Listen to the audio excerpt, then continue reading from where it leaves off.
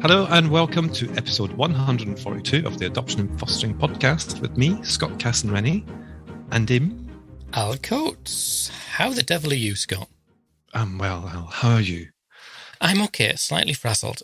But let's not talk about that because that's just, we're not here to talk about us, are we? We're here to talk about our interview with Liz Harvie, which was fantastic. It was very enlightening. Yes, and I think we were really, really fortuitous because it came out just within a few days. Sorry, what? That's an understatement. Literally, we had it lined up. Well, we've been trying to speak to Liz for a long time, and so I think it had been prearranged. Then you had that we shall not be talking about, and then we've just been like ships in the night. And yeah, it was maybe one of those interviews that you wanted to do, but so we didn't kind of just. I didn't just forge ahead with it. So yeah, so we got Liz, and it was just after the Joint Commission on Human Rights had released their sort of interim report on the Friday, and we spoke to Liz on the following Monday. So that was... Yeah, it was very close to the thing. But thankfully, we got her after she'd done all her media stuff, so, our press stuff. So she came to our little Eco podcast after she'd done all the big stuff. Consummate professional. And so we're not going to do much of it doesn't need much of an intro, really, does it? Because I think people will know Liz Harvie is a kind of an adopted adult herself. She's got her own story, which she shares a little bit about. And then she sort of unpicked some of the work and how she's got involved in campaigning and just a few thoughts and reflections on adoption beyond the report and the impact of, all of the stuff the report says. So it's no point us rehashing or warming up everything we said. Yeah, but what I would say was that she was very generous with information. She gave us about her own story as well, which is, we do the conversations a lot. Well, you do more than I do, but she was definitely very generous with what she shared with us. So, it was very gracious of her to do that. Absolutely. So, shall we just crack on then? And I hope everyone's having a good summer. Summer holidays have just started, so I hope everyone's doing it. And we're going to put together an episode for. Have they? Has it just started? Oh, for you guys, yeah, of course, yeah. That's why you've never heard from me, because we're halfway through. Suddenly, the penny dropped there that you are now into the 18th week of your summer holidays. Yeah. Oh, God bless you, Scott Casson-Rennie. Yeah. Anyway, we'll unpick that somewhere else. We will. Yeah, hope people have a great summer, and you'll hear from us over the summer with some more episodes. So today we are joined by Liz Harvie. Good. I was going to say good afternoon, but it's good morning. I don't know what time of day it is. It's still very early. Good morning, Liz. How are you? I'm good. How are you? Yeah, not bad. Thank you. So, Liz, who, if you don't know, she's the star of the screen at the moment. You've been literally everywhere, haven't you? Sick of my face, surely. Yeah. Now, we've been talking for a while, and we were hoping to get you on a couple of months ago. And it's maybe just the way the universe works, I don't know, but, decided to happen this week, and lo and behold, here you are. So give us an insight as to why you're here, and, start from there, really. Okay. I'm an adoptee. I was born in January in Northampton in 1974, and I was adopted at 8 weeks old, and I lived in Birmingham. And I'm here because I saw Duncan Kennedy of the BBC's documentary last year in May, and it was called If You Love Your Baby. And I was so bowled over by it, I had to get in touch with him. I just felt compelled, and I just said, Duncan, what an amazing documentary. I cannot believe that this is being talked about, focusing on the birth mothers. And as an adoptee, I just thought, oh my God, somebody's talking about part of my life, my story. Whereas I've grown up all my life with nobody talking about it, certainly not me. And I just said, thanks for doing it. I couldn't get over it. Just brilliant. And he wrote back saying, so what's your story then? And we got talking, and I said that I was in reunion with my first mother. I never know what term to use. I always say birth mother, and I only use birth mother to distinguish between birth mother and adoptive mother. I know some birth mothers don't like that. They like the term first mother, but I'm just going to say birth mother for now because it's what I'm used to using. And I just said to him, I'm in reunion with both my birth mother and my birth father. He was intrigued, and it kind of snowballed, and it went from there. And then ended up doing that piece for the BBC, which featured both Yvonne, my birth mother, and Andy, my birth father. And then I got in touch with the lovely ladies at the Movement for an Adoption Apology. Most birth mothers, I mean, these women are formidable. Many of them are in their 80s, and they started this campaign to get justice for what happened to them with forced adoptions all those decades ago. And they've just been amazing. And I feel like, sometimes I feel like a bit of an imposter as an adoptee, but I think what's so magical about it is that forced adoption obviously affected birth parents and those babies with children, teenagers, and here we are still today. And I think it's quite lovely the way we've come together, because we've got that understanding of what each other went through, and there's that kind of instant connection. I mean, Judy Baker, who I appeared on the BBC with, I don't really know her at all, but we've almost kind of bonded together, and I can help her explain what my life was like as an adoptee, and she can explain to me what her life was like as a birth mother whose baby was put up for adoption. So yeah, we've got that wonderful understanding, but they're amazing, this group of women. So just for those that may not be that informed, when you talk about forced adoptions, what exactly how are you explaining that? What's the definition? Well, some people haven't heard of the term, but basically many of these women did not want to give their baby up for adoption. You know, Harriet Harman speaks about that term. You know, in the media, they're called these women that gave the babies up for adoption. And that is half of their trauma, because for many of them, that just was not the case. This wasn't a voluntary thing. But it seemed to be coming from all sides: the church, the state, their parents, influenced by society. And it was almost like that was the default. If you were pregnant out of wedlock, if you were not married, it was considered such a taboo that was, unless you stayed with the father and got married, that was what would happen. Yeah. So a little bit different to perhaps a definition of forced adoptions now, where children's services would be involved and it would all be gone through different proceedings and stuff like that. Yeah. It's just what happens.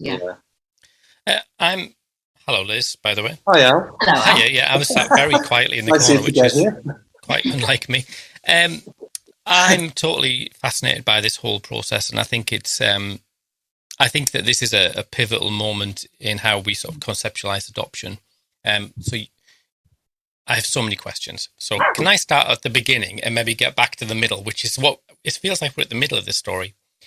Can you tell me, I mean, are you comfortable to share a little bit about your story and sort of your journey to kind of reunification, your experience and how that's informed where we are now? Yeah, absolutely. So I've always grown up knowing I was adopted, and I do give huge credit to my adoptive parents. I think there are so many adoptees who are late discovery adoptees, and I cannot even get my head around that. You know, like living a lie and not being told. So for me, it's just been my normal. It's just been a facet of Liz. And I think when I was 2, there was a pregnant friend, probably told this story thousands of times, but for those that don't know, there was a very pregnant friend that came round to the house for tea, and my mum, I don't know whether it was pre-planned or whether she just took the opportunity to say, Elizabeth, that's what she called me, look, Auntie June has a baby in her tummy. And apparently I went toddling off and lifted up the dress trying to find where this baby was. But she said, look, you didn't come out of my tummy. You came out of another lady's tummy, but I'm your mummy. Now, that was the only moment in my life where adoption was ever raised by my parents. Apart from that, it just wasn't addressed. It wasn't talked about. It was just accepted that that's how it was in our family. Which I must admit I struggled with, because I didn't really have the platform or the space to talk about my feelings. So I did find that hard. And it was quite lonely, because I felt, because the stage, as it were, was never presented to me, I felt like I couldn't say anything. I couldn't talk to anybody. Mm. Do you know what I mean? Yeah. Isn't that quite a common thing, isn't it? Say again, Scott? Isn't that quite a common thing, or quite a common theme, that, you know, the kind of voice of people who have been adopted is kind of quite disregarded, I guess, in a lot of ways. And yeah, a lot of adoptees do say that. And again, I think it was a generational thing. Sweep it under the carpet. You don't talk about it because that's just what happened at the time. You know, you've come to live with us. That's just it. So yeah, it wasn't talked about. And I've only been involved with adoptee Twitter for the last, it's really recent, 18 months or something. Yeah. And I feel like I've found my people.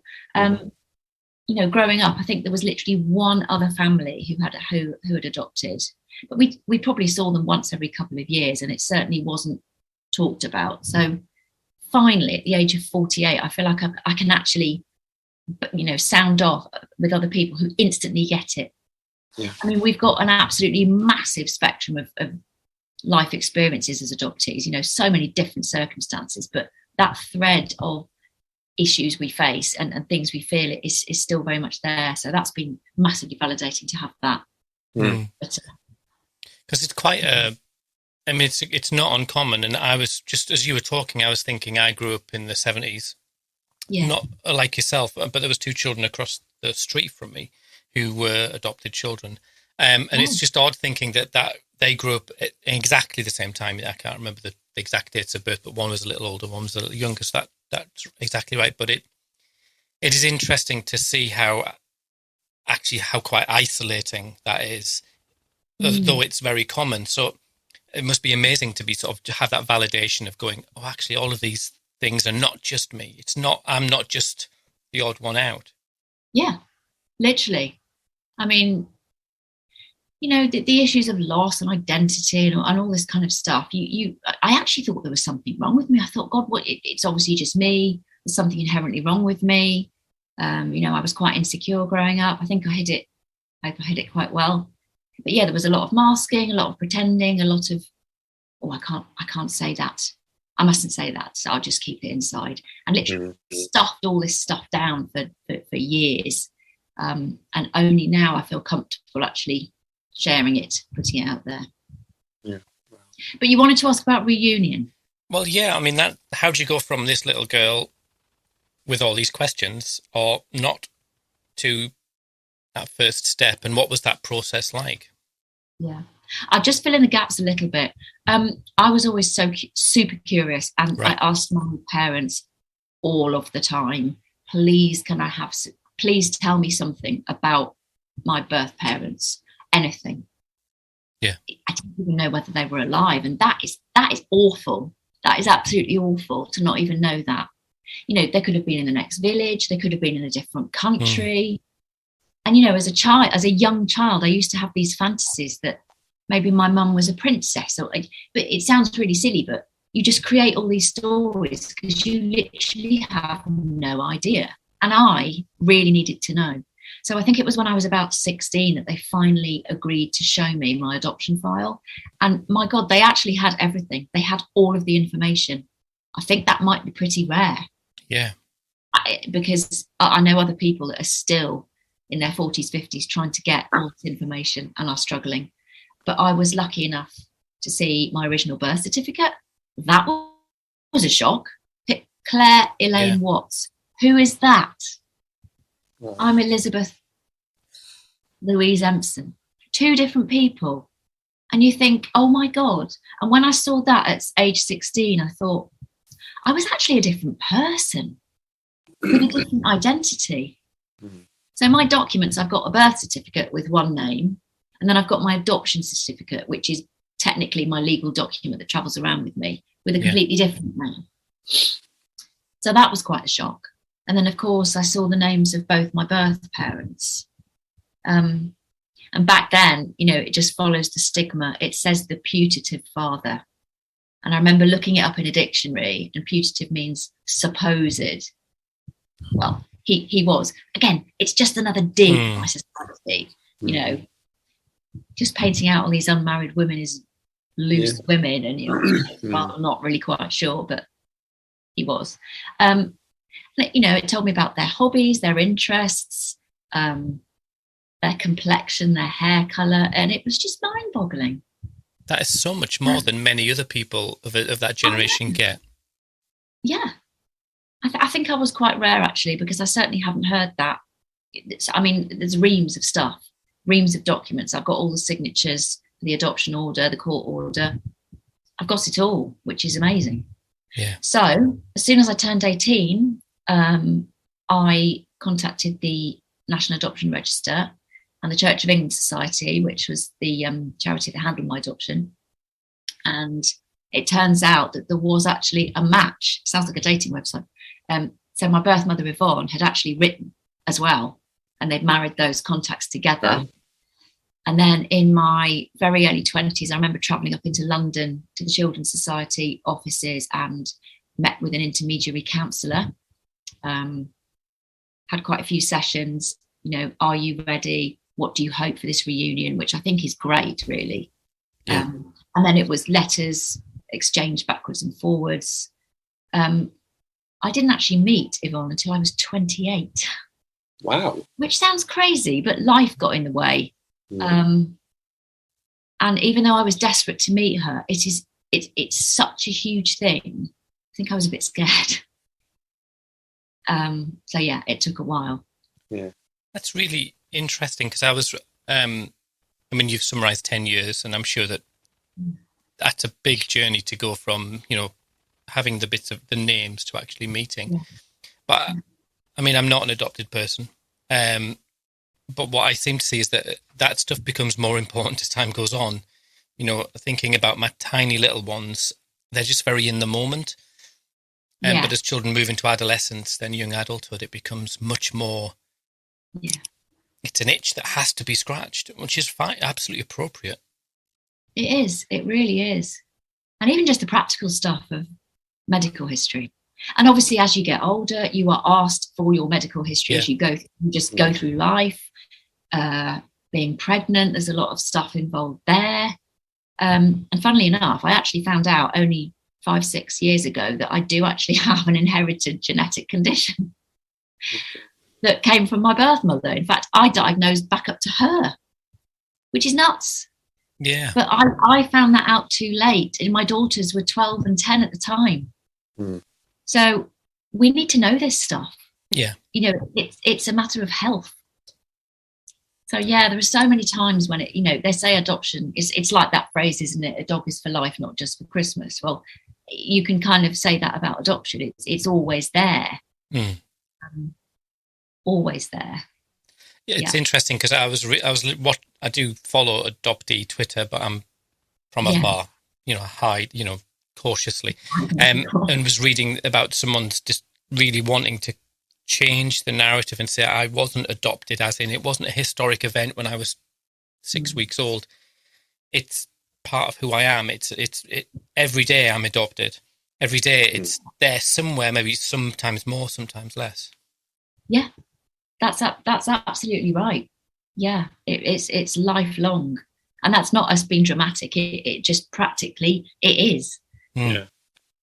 And I guess regardless of whether you go through a reunion or not, it's still, it's still there. You've still experienced that kind of that part of your life, and at the formative years as well. It's I like Al, I had well, actually, she's been on the podcast. Shona, I went to school with Shona, and she was adopted. And I used to look at her going, I can't even imagine how that would feel to not be with my parents who gave birth to me. I can't even imagine. And even now, having become an adopted, I can't even imagine it.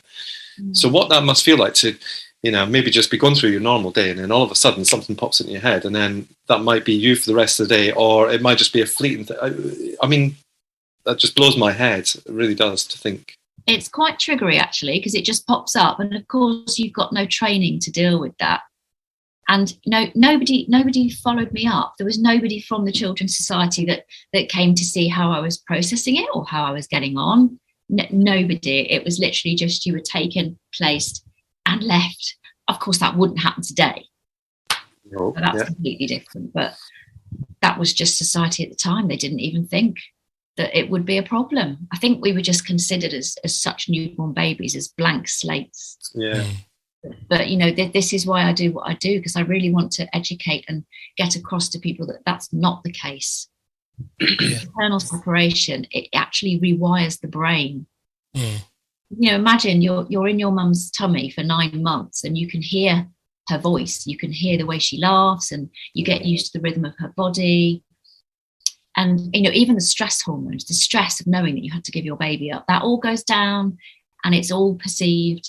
And even though newborn babies can't remember being with their birth mother or being adopted, that visceral pain of crying out, it's very primal. It's like an animal. Newborn babies know that their mother is not there. And it's like a death, which you can't grieve because you've never met the person. It's like that on both sides. For the birth mothers, I imagine as well, it's literally like a death. It's a very weird type of grief. Yeah. For my children, I've got lots of children, lots of different experiences. And in psychologists, they were explaining some of the impacts on some of my children, talked about this sort of disassociation memories, but actually they have no actual recall of events, but they have a sort of a physical response the emotions remain, but actually you can't link it to a memory or an event or anything, but it's palpable, like your body keeps that memory, which is... It is literally palpable. There's a book by Bessel van der Kolk called The Body Keeps the Score. Oh my God. When I read that, I nearly fell off my chair. I just couldn't believe it. And even now, I jump so easily. My husband and daughters laugh about it. I think it's funny. If a balloon pops, I'll literally go, wah! But I know it sounds silly, but that is how my nervous system has always been wired. It's almost like it's constantly buzzing. And I really do believe that that's from being a baby, being taken away from my birth mother at 10 days. Where did she go? And then a foster mother for 8 weeks. Well, who are you? And then my adoptive mother. My God. So, yeah, it even boggles my mind when I think about it. Because I was watching one of the clips of you on the telly, because you're world famous on the telly, and I was really conscious of you were sort of talking about the experience you were articulating that in one of the interview clips, and I was thinking that remains quite a hard sell outside of this world, doesn't it? I think that people don't really necessarily buy into that. There's a lot of people who go, yeah, babies forget. Time to great healer. Is that been something that you've experienced or come against, where people have sort of thought, actually, you're just being a flake? Yeah, even last night you get the trolls, don't you? And I try not to take any notice, but I think it was on, I don't know whether it was a comment to the LBC. I'm dropping names here, aren't I? Yeah. The LBC. It's David Lammy or the BBC thing, but somebody said, you are a bunch of whiny millennials. Oh. I mean, the abuse that we get, and all we are trying to do is to just, we are a marginalised group. We're very misunderstood. And all I'm trying to do is literally just to educate people, just to lift that lid a bit on what it's actually like, just so they can understand. And I'm sure it's not talked about, but after this BBC thing, I've actually had messages. Somebody messaged me the other day after the BBC breakfast thing saying, oh my God, I think I'm an adoptee of forced adoption. I was born in 1973. I was in hospital like you for 10 days. And there were all these little things. And I actually think it's making people think.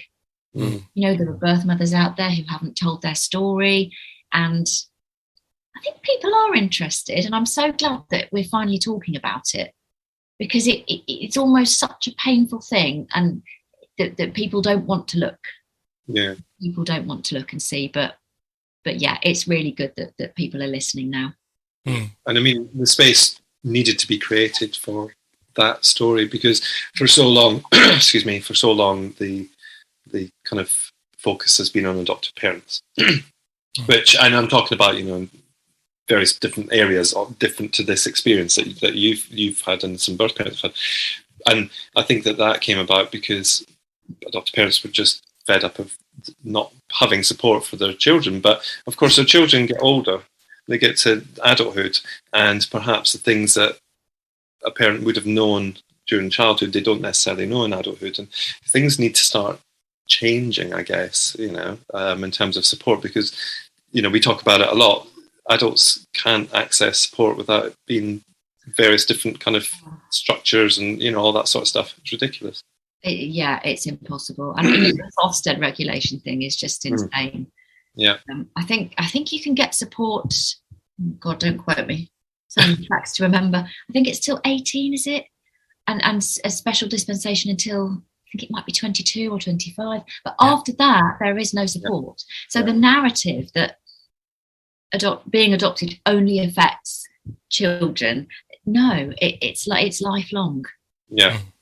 It's like having a diagnosis of something, isn't it? That's lifelong, and someone going, it doesn't just stop, does it? Yeah. So hopefully that's one of the things that's been recommended in the report. So I really hope that the government pick that up and put something in place, because it is so needed. Well, that is a wonderful segue into the. I mean, I'm sure we could spend a whole day talking about you, and that would, that sounded bad. It's a fascinating story. And it is, and I think you've got real insight, and you articulated so well the experience of being an adopted person, and as that transforms as you get older. I've got so many questions. What was the response? I'm not going to segue into the report. I've got to ask this question: what was the response of your family to your reunification? Your adoptive family and community to your reunification? Yeah, I think that's something everyone's dying to know. It makes me sound like a bad person. I didn't actually tell my adoptive parents that I was going on this journey, and I deliberately chose not to, because it's my story, and it's something that I wanted to do and make it happen.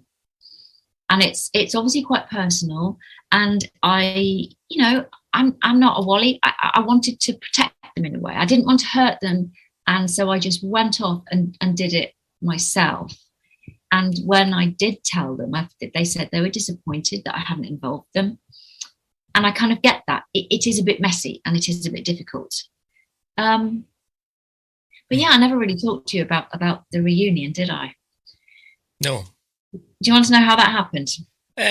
Yes, that would be good. Thank you. Okay. So we sent letters, and then we exchanged photos. And we arranged to meet. At the time, my birth mother was living in Northampton. So we literally stuck a pin in a map, and we met in the pub garden of the Bear pub in Woodstock in Oxford.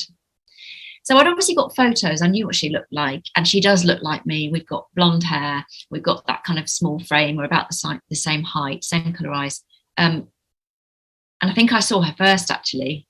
And she was with her partner. I was with Dan, my husband. And I just knew it was her. And it wasn't just a visual likeness. It was almost some kind of, sounds a bit woo-woo, it was some kind of spiritual chord that was, I just knew it was her. So I went over and we just hugged, and we literally did not let go. We just clung onto each other. And I think, Dan and Martin were just standing there going, break it up now. Can we get a drink?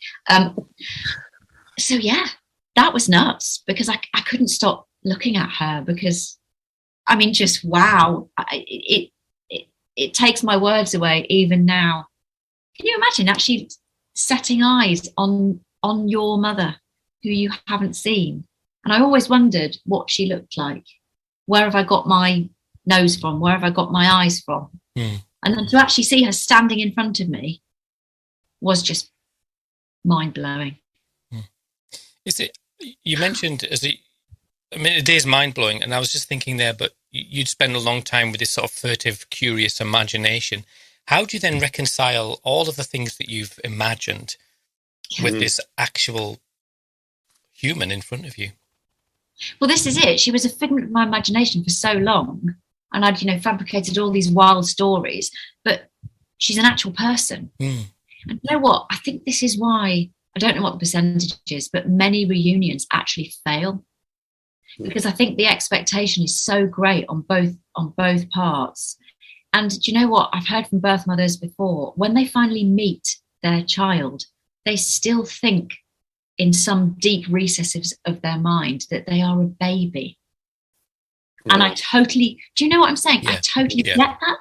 It's like time has frozen and stood still for them. But of course, when a great big hulking man comes through the door, or this grown woman comes up to you, and the last time you saw them was when they were a baby, I think that's so difficult. Yeah. And then, of course, you've both got to navigate, well, who are we to each other now? What relationship is our footing going to be on? Because you've too much time's gone under the bridge and you've lost that mother-child relationship. That has gone. All those firsts, that has gone. You're now two adults and you have to kind of work out what you're going to be for and to each other. Mm. And luckily, mine has worked out okay. And, we're in touch with WhatsApp. We speak on the phone. We don't see each other very regularly, but, that's partly because life gets in the way. But yeah, a lot of reunions do fail because of that. It's just too painful. There's too much expectation and people just can't work it out, which is why all adopted people and birth mothers hate long lost family. Because I was just going to ask about that. Because it's not the same, obviously, but it sounds a very similar thing to what you would see on the screen.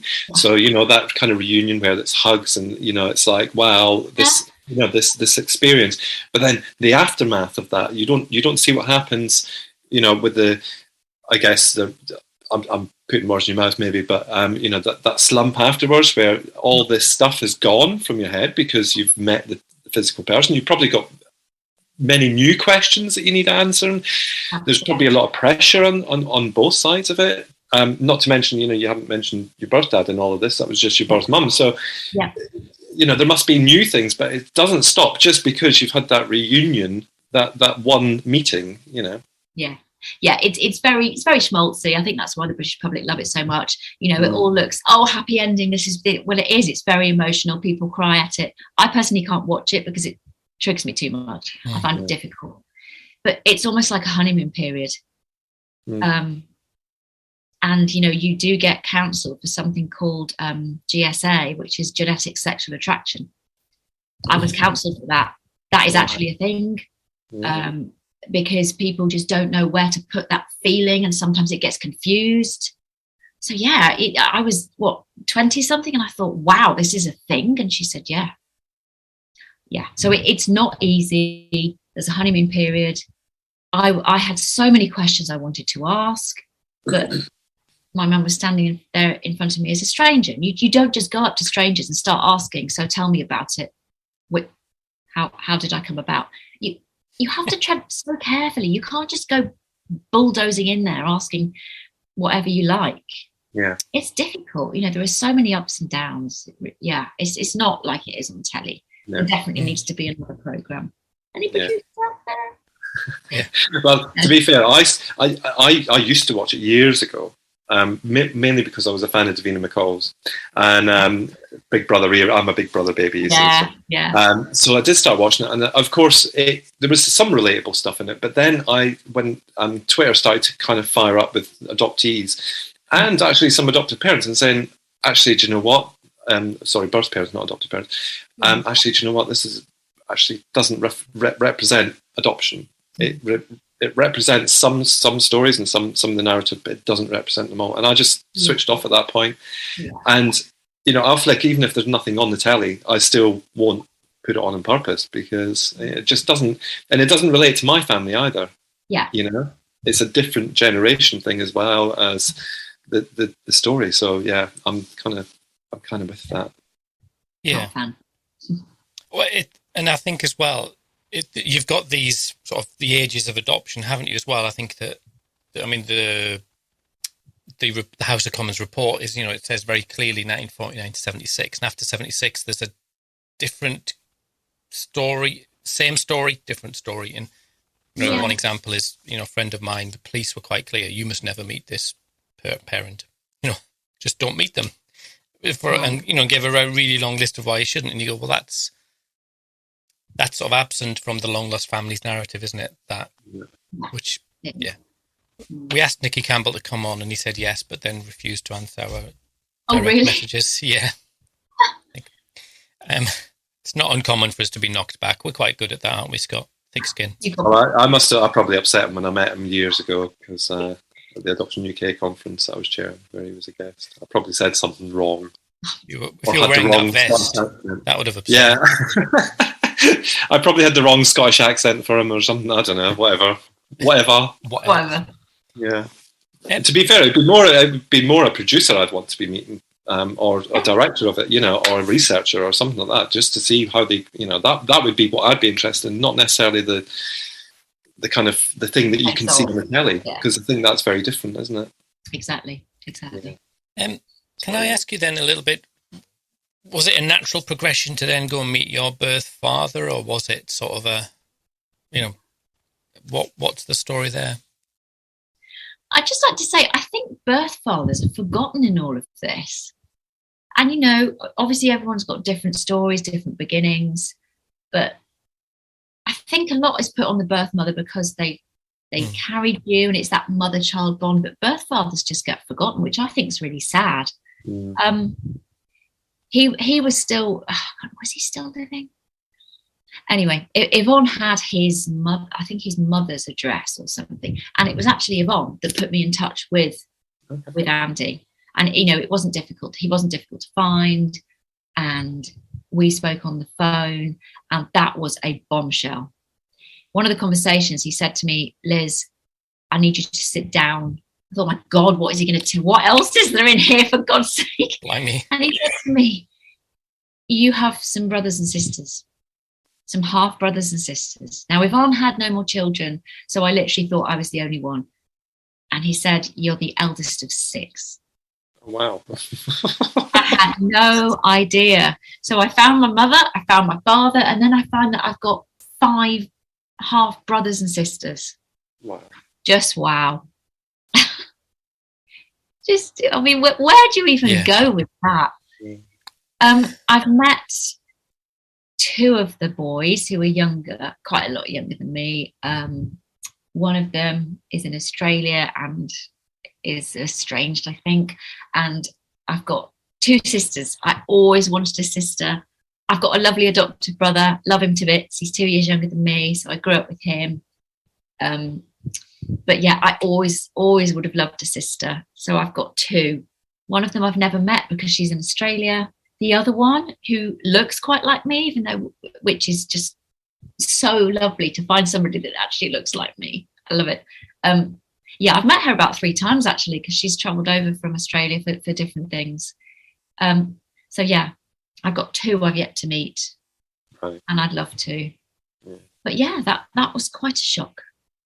And I think it's really peculiar, isn't it, in the sense that it's so outside of most people's experiences that this onion keeps, the layers keep, what next? It's totally an onion. Yeah. That's exactly what it is. Yeah. You just keep peeling away and finding different bits of information, and yeah. Wow. Can I we could just do a whole episode about your yeah, I know, I could. Yeah. So I've got so many questions. When we stop recording, I've got some questions. No pressure though.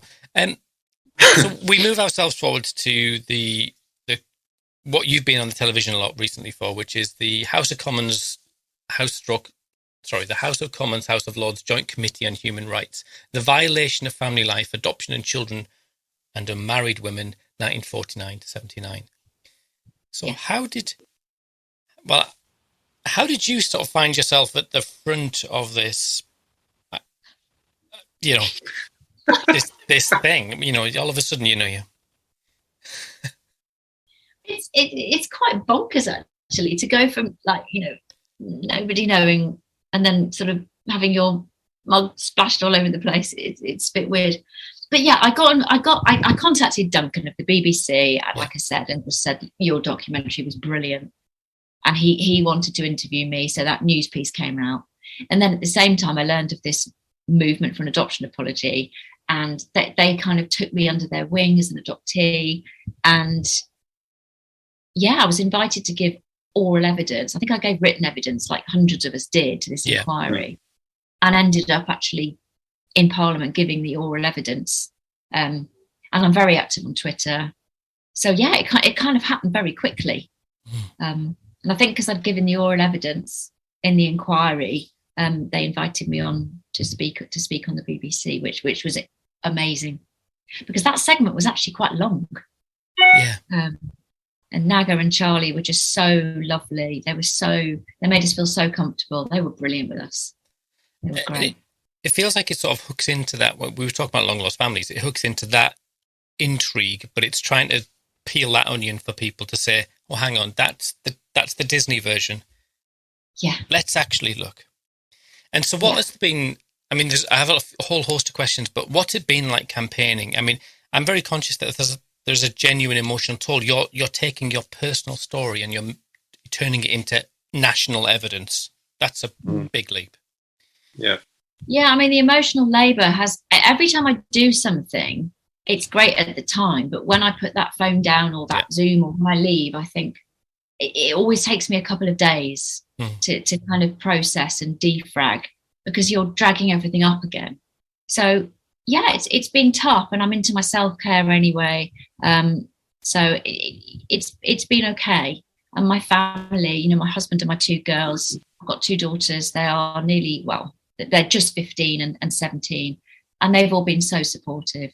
And friends from way back in school were like, "Oh wow, I kind of knew you were adopted, but I didn't know all of this other stuff." And that's kind of the whole point. And if it takes me putting myself out there a bit, I just think I was so lonely growing up. I had no space nobody was there to hold all these emotions. And even if I can just reach one person, then it's worth it, basically. So and you are definitely the kind of person who will just go, "Okay, I've had enough for today," because I've seen you do that on Twitter. You just say, "Right, that's me. I'm done. I'll see you in a day or 2 days or whatever." And good on you for doing that, because I think you have to be able to do that, don't you? Oh, there are some trolls out there, and you know, I'm not one of those massively angry adoptees. I do have stuff to say, and I hope I say it in a respectful way. But yes, sometimes you have to take a day off and take a step back, because it just gets a bit silly. Sometimes people don't want to listen, and that's fine. Yeah. But yeah. I mean, I think it's an unfortunate term, like the idea of the angry adoptee, because I think that anger is a legitimate response. You know, it's not a slur or it's not casting any shadow on your character or personality, because actually some of this stuff is pretty flipping awful. When you dig into the evidence, you go, actually, so what have been the revelations from the evidence? That's you summarising, months of work. But what have been the things that have come out that have sort of started to move the dial a little bit? I just think, I mean, a lot of the evidence is anonymous, which I totally understand, and that's birth mothers and adoptees. I think quite a few of the things that have shocked me is the lack of understanding of adoptive families, of adoptees. And I think that the pain of the adoptee is too much for some adoptive parents to actually look at, unpick, deal with, talk about. So it's not talked about. And they, some adoptive parents, I think, put their head in the sand and actually run the other way. And I've seen that really is a thread. And that's bloody tough. Yeah. That's really tough. So yeah, a lot of adoptees on Twitter, we will it's peer support, personal message each other. Personal message, does that make sense? Yeah, we'll talk to each other off Twitter, as it were. And it's so nice to know that there are quite a few of us that have had that experience, and that on top of all the adoption issues is not easy. It's like a double whammy thing. We just feel so misunderstood, and like nobody gets our trauma. Like we're not allowed to have our feelings. Yeah. I always think it's quite interesting, because obviously I'm a deaf adoptive parent, but I think that one of the challenges of all parents is to not kind of get stuck at a point with their children. So they're not toddlers, they're not little children, they're not. And I think that is just sort of exacerbates the whole adoption issue, because when my children are little, we talk about it, but we need to talk about it differently when they're 15. And when they're young adults, we need to talk about it. And we're not to get stuck at a moment in time that they're not, my children are not children. You know, my children are in their some of them are in the late 20s, and conversations very, very different. And I can see how some parents find that complicated. For example, actually, you came on the radio. Where I was driving my daughter to work, and you came on the radio. I know that. There I was again. World famous in my house. And actually, everything in me wanted to say, "Oh, I'm going to speak to," and sort of have this conversation, but going, actually, that's not. All she needs to know is that the door is open right now. She doesn't need me to kind of like elbow through and go, "Let's talk about your issues."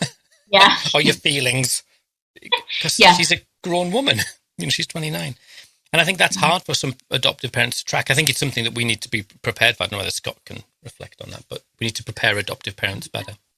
I think that's really interesting. Sorry, Liz, you go first.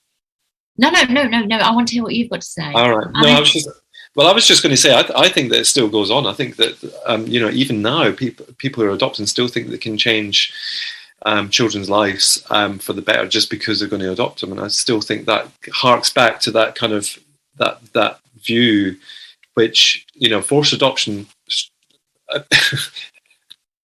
we use the word relinquished, and I'm not sure that's the right word, but a lot of people do use it. Yeah. But I think that still harks to this vision in our head of a relinquished baby back in the day. And I think that some prospective adoptive parents still have that vision that once the baby or the child comes to you, everything will be fine. And I'm as guilty as the next person of having done that, in the past. And Al, I don't know about you, but, certainly it was one of the things that was in my head that, well, we just got to give these children a chance and we can help them and blah, blah, blah. And fast forward, understanding a lot more about our children and other people's children as well, and I think that's why we're in the space we're in, because we listen, we talk, and, we try and support. Mm-hmm. I still see it right now. I still see parents who don't want to open up to that as a prospect.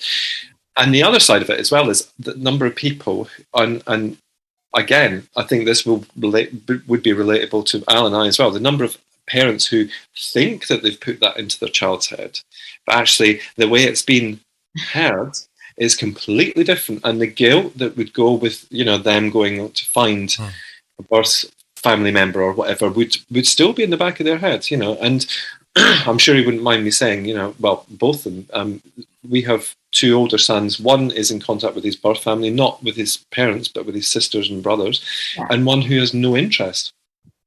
And all I've said to them both is, because it happened through social media, so, it was one of those situations where it happened, and all I said to them was, take the time to think about when you reply and what you reply with, and just know that if you need any advice, I'm here.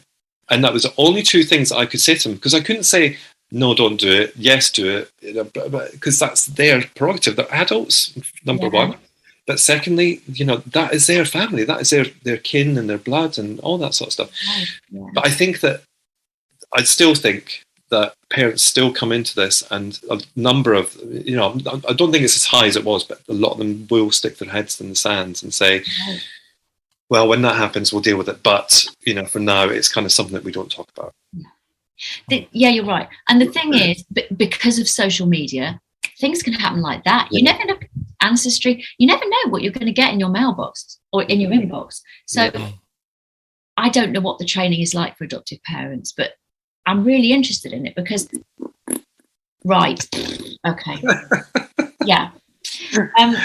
but adopted people do need to be listened to, because we can help so much. And I don't mind putting myself out there and saying, look, this is the kind of thing you need to consider. Yeah. I'm telling you, as an adoptee with lived experience, the counselling and the training should be bang on, and it should be long. And you're absolutely right. And when I say it's crap, I'm sure some do it really well, but you're not going to learn how to be a parent for the next 18 years from 4 days on a training course. That's what I'm saying is about it, because, I mean, I think as well that people don't necessarily are able to absorb some of that information. So if you're thinking of adopting a 3-year-old or a 2-year-old or a 1-year-old, there's so much stuff that really becomes much more prominent for your teenage children when they're sort of exploring their identity. Yeah. And it's just not relevant. Like you did your training 10 years ago. Yeah. So I think, I mean, isn't it? It has to be. Yeah.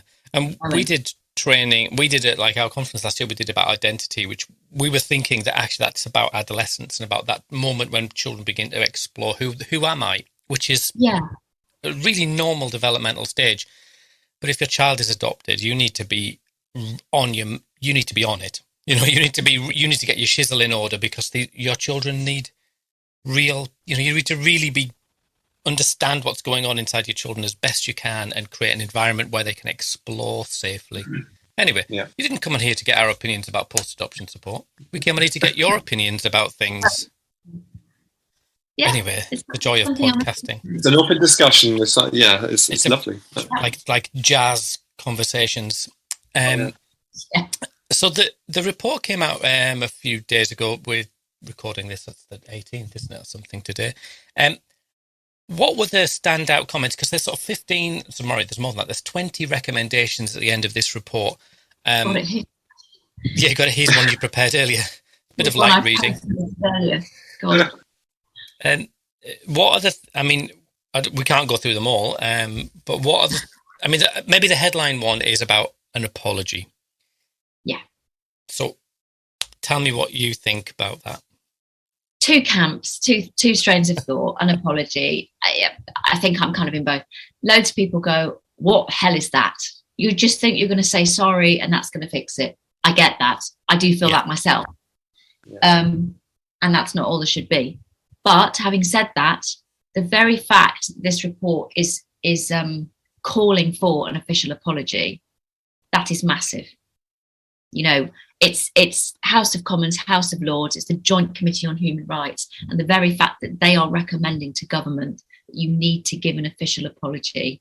And I think, again, it's that I've dropped this word so many times, guys, validation. It's the validation of what we've been through as birth mothers and adoptees. To get that apology would just say, I see you.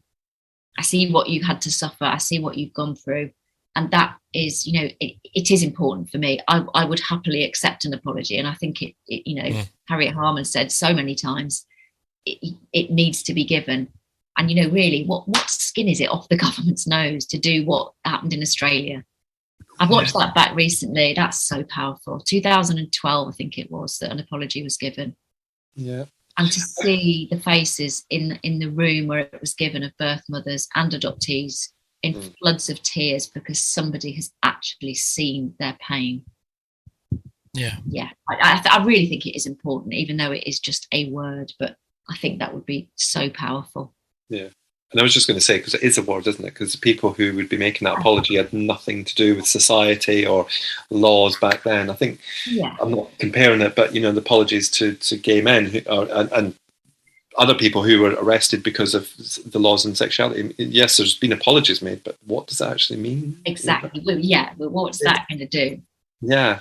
So, that's interesting that you've got that view as well. I feel kind of two ways about it, but it would be massive. And what I don't want is for this media frenzy and all this hubbub to just die down. I realise that the government's absolutely screwed at the moment. I mean, is there even one? So we've got the summer recess. That's a whole new podcast. What are you on about? So when they come back in September, I really hope that the momentum is going to carry on. I really do. Because I think, it's not my apology. It's not for me. I'm not part of that group of people. But having spoke to quite a few birth parents, adopted people, I just think that there's a few baseline things that we could do to change the landscape, and one of those is in relation to support, which again is a recommendation, adult support, and the absolute maze and inconsistency.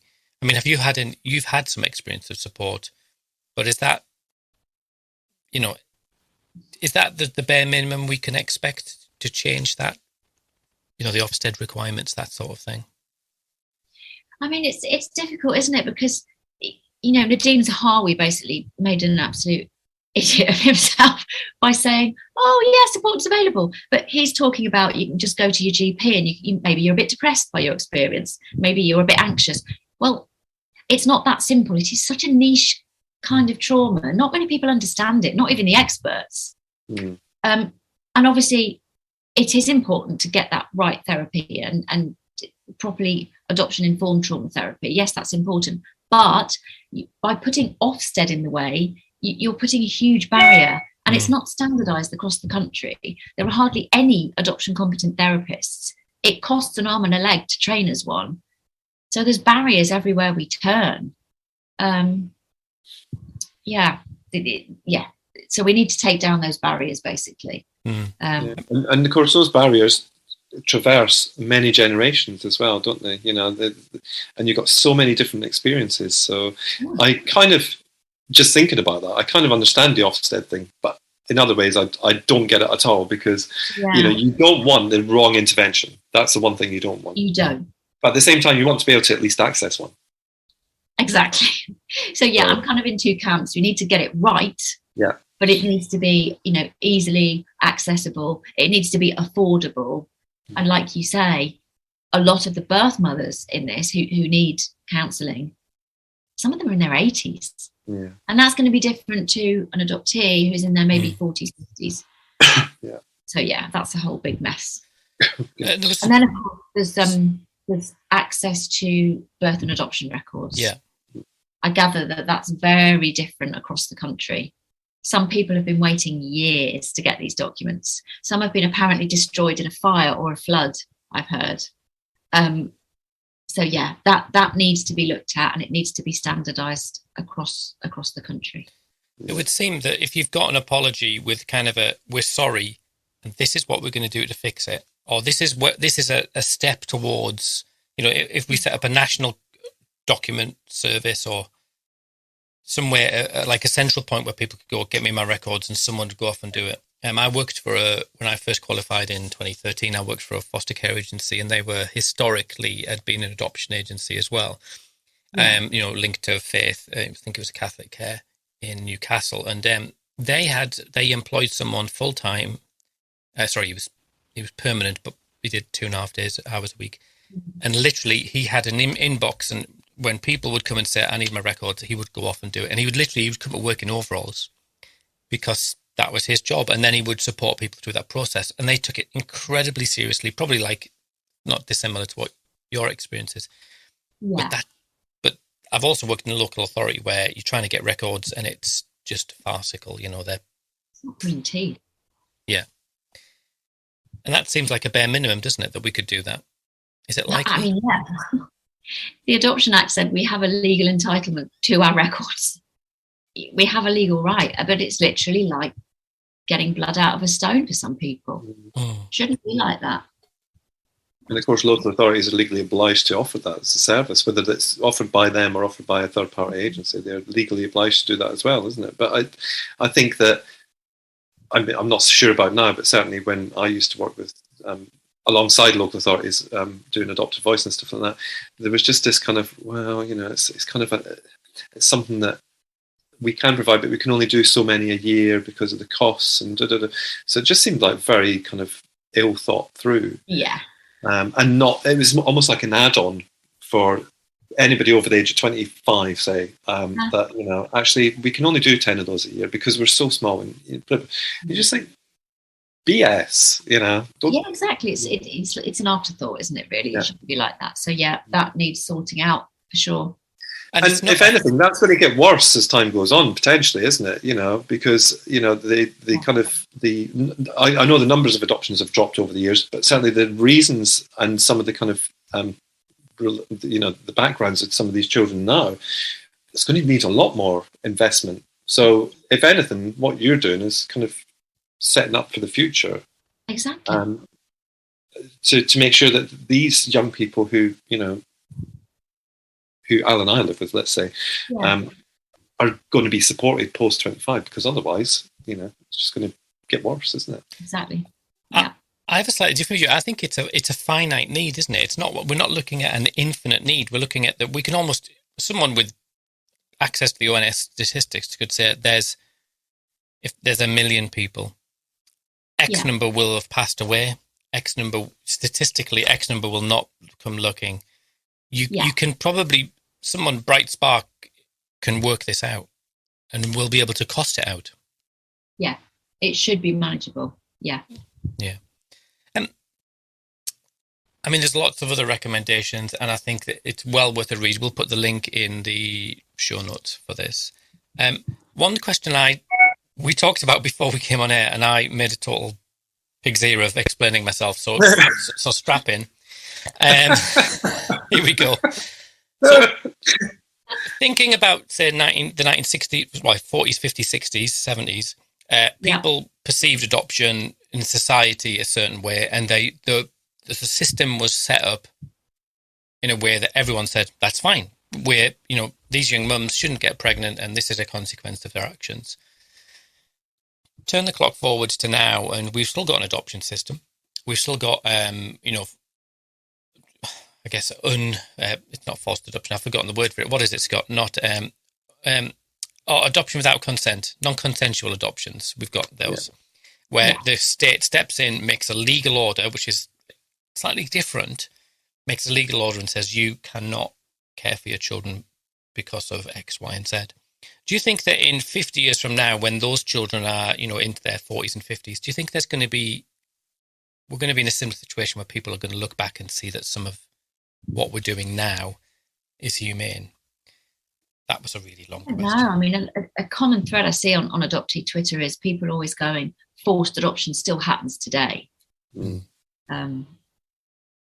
But yeah, I mean, it is different. It's incredible. It's not actually that long ago, 1974. Even the members of the committee, when I was there giving oral evidence afterwards, they said, I cannot believe that we are talking about something that happened a few decades ago. They were absolutely flabbergasted that it went on. Yeah. So I'm sure society will move on and look back at today's practices and say, you didn't quite get that right, did you? No. But yeah, I think, kinship care, staying within the family, that is coming. That is coming. We talk about that a lot. Family preservation. Yeah. Yeah, I mean, that's one of the encouraging things from the care review was there was an emphasis on kinship and family sort of arrangements, which feels right, Yeah. I mean, it's a big question. Maybe it's a good question to end on. What do you think about adoption now? And you're talking to adoptive parents who've be honest. What are your thoughts on adoption? Big question. Wow, that's a big question. I just go to the loo, shall I? We'll talk amongst ourselves while. Just talk amongst yourself in 5 minutes. What do I think about adoption? I mean, I can only answer that question from my lived experience. Yeah. And for me, it's not been the easiest of journeys. And I think when you're basically being forced to live in a house of strangers, and that is really difficult. And again, I come back to the issue of loss and the issue of identity. Sometimes it's difficult to know who you are. It's difficult to fit in. And the only thing I want today is again, the training. I want more adoptive parents. You do see them on Twitter. They do come out of the woodwork and they say, other adoptive parents, will you please listen to these adoptees? Yeah. They have lived experience. And I love that. I love to see that because that wasn't my experience. I love to see adoptive parents saying, teach us, how can we help you? What is it like for you? And I think that is absolutely massive and so important. So yeah, let's work together. Let's not go, adoption is just all horrendous and adoptive parents are baddies. And, we can learn from each other. We really can. Let's now do something positive. Listen to us. We do have the experience. We can teach you. Yeah. An open dialogue, basically. Trauma-informed, ask the questions, open the dialogue. Because I didn't have that. And that's what I want for adoptees now. Yeah. Maybe my last question to you is a really simple one. Is there anything you hoped we'd ask you that we didn't? Apart from that last question, no.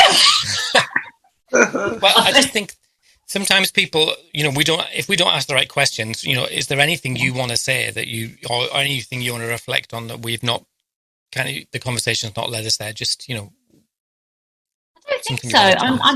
I just want to say thank you for having me on, because, I do like the fact that you speak to lots of people, adoptive parents, birth parents, adoptees. And like I said, society's moved on. The very fact that you're talking to the triad is brilliant. And I just hope that, from now on, this time that we're living in, just open that dialogue, listen.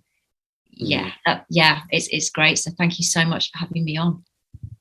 Well, you're very welcome. Yeah, and thank you so much for coming on. And we know that, again, this is not, as much as you've enjoyed it, I know that it takes its toll, because it's the very essence of who you are, isn't it? So thank you. You're welcome.